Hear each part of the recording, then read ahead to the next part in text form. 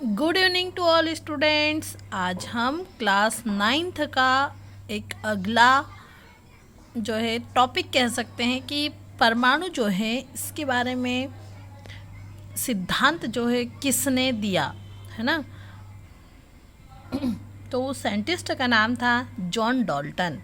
तो आज हम जॉन डाल्टन के बारे में थोड़ी जानकारी प्राप्त करेंगे इस वीडियो में। ठीक है बेटा, देखो जो जॉन डाल्टन है उनका जन्म कब हुआ तो 1766 में हुआ। कहाँ पर हुआ? इंग्लैंड में हुआ। और इंग्लैंड में भी कहाँ पर? तो एक गरीब जो है जुलाहा परिवार में हुआ था। जब ये 12 वर्ष के थे जॉन डाल्टन, तो 12 वर्ष की आयु में ही उन्होंने जो है एक शिक्षक के रूप में अपनी जीविका शुरू कर दी। अपने जीवन को यापन करने के लिए उन्होंने जो चुना वह एक शिक्षक बनना चुना। ठीक है, अब 7 साल शिक्षक बनते हुए उनको बीत चुके थे और 7 साल के बाद उन्हें जो है एक स्कूल में प्रिंसिपल के लिए वो जो है सिलेक्ट हो गए। देखो, जो मेहनत करता है उसको तो जो है प्रोग्रेस मिलना ही है ना। तो प्रिंसिपल बन गए वो।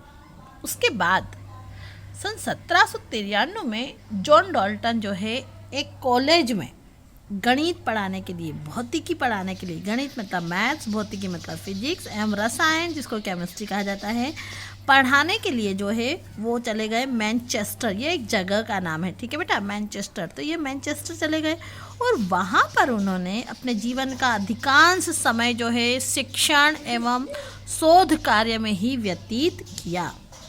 वो अपना काम जो है करते रहे कि पढ़ाने का काम भी करते रहे और रिसर्च करने का काम भी वो करते रहे। फिर सन 1808 में उन्होंने अपने परमाणु सिद्धांत को प्रस्तुत किया। अब उन्होंने इतनी रिसर्च कर ली थी कि उन्होंने एक सिद्धांत जो है बना लिया, और वो भी किस पे? परमाणु पे, जो द्रव्यों के अध्ययन के लिए महत्वपूर्ण सिद्धांत जो है साबित हुआ। तो परमाणु सिद्धांत जो है किसके द्वारा दिया गया था? जॉन डाल्टन के द्वारा दिया गया था। ठीक है बेटा,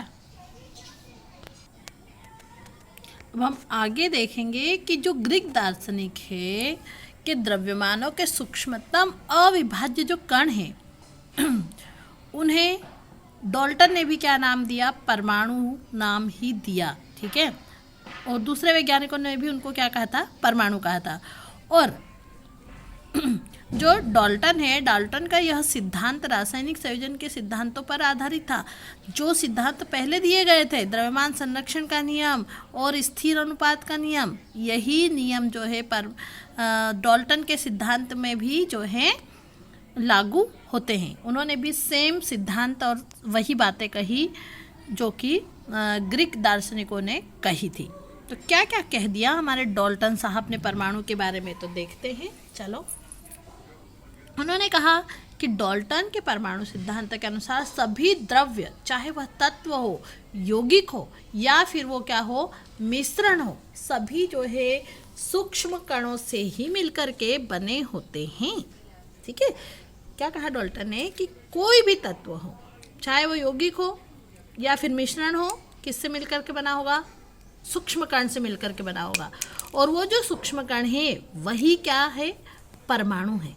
ठीक है, और उन्होंने अपने सिद्धांत में किन किन बातों पर जो है बल दिया? तो उन्होंने कहा कि सभी द्रव्य जो है परमाणुओं से ही निर्मित है। कोई भी ऐसा द्रव्य नहीं है कि जो परमाणु से मिलकर के न बना हो। ठीक है, अगला उन्होंने कहा कि परमाणु जो है अविभाज्य सूक्ष्मतम कण है, जो कि रासायनिक क्रियाओं में ना ही सृजित किया जा सकता है और ना ही जो है इसका विनाश किया जा सकता है। अगला कहा उन्होंने बात कि दिए गए तत्व के सभी परमाणुओं का जो द्रव्यमान है वो और उनके रासायनिक गुण कैसे होंगे? समान होंगे। ठीक है, अगली बात उन्होंने कही कि भिन्न भिन्न तत्वों के परमाणुओं के द्रव्यमान और उनके रासायनिक गुण धर्म भिन्न भिन्न होंगे। अब जैसे अभी हमने अमोनिया की बात करी थी, तो उसका जो है अनुपात अलग था, वो अलग तत्व से मिलकर के बना था, है ना।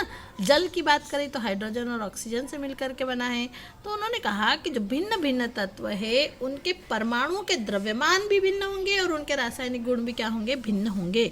फिर उन्होंने कहा अगली बात कि जो तत्व हैं अलग अलग तत्वों के परमाणु जो है परस्पर छोटी पूर्ण संख्या के अनुपात में संयोग करके क्या बनाते हैं, यौगिक बनाते हैं। जैसे हमने एग्जाम्पल लिया था कि जल क्या है, यौगिक है, किससे मिलकर के बना है, तो हाइड्रोजन से और ऑक्सीजन से मिलकर के बना हो। हाइड्रोजन कितना है, तो 1, ऑक्सीजन 8, तो 1:8 के रेशो से मिलकर के बना हुआ है जल।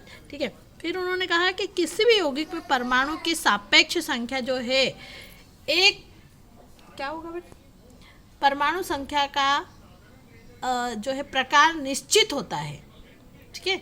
कोई भी जो है अलग अलग प्रकार के परमाणुओं के से नहीं मिलकर के बना होगा। फिर अगली बात उन्होंने ये कही, मतलब यहाँ पर तो डाल्टन का सिद्धांत होता है कंप्लीट, लेकिन अभी हम आगे जो है ये भी पढ़ने जाएंगे या ये भी पढ़ेंगे कि परमाणु के अंदर भी बहुत सारी चीज़ें हैं। ठीक है। इलेक्ट्रॉन है, प्रोटॉन है, न्यूट्रॉन है, सारी चीज़ें जो है इसके अंदर फिर आगे जा कर के रिसर्च और हुआ और फिर मिली। तो अभी डाल्टन ने तो सबसे सूक्ष्म कण किसको माना, तो परमाणु को माना। ठीक है बेटा। तो यहाँ पर डाल्टन का जो सिद्धांत है वह भी कंप्लीट होता है। ये सारे पॉइंट आप याद रखें। Thank you all of you for watching my video.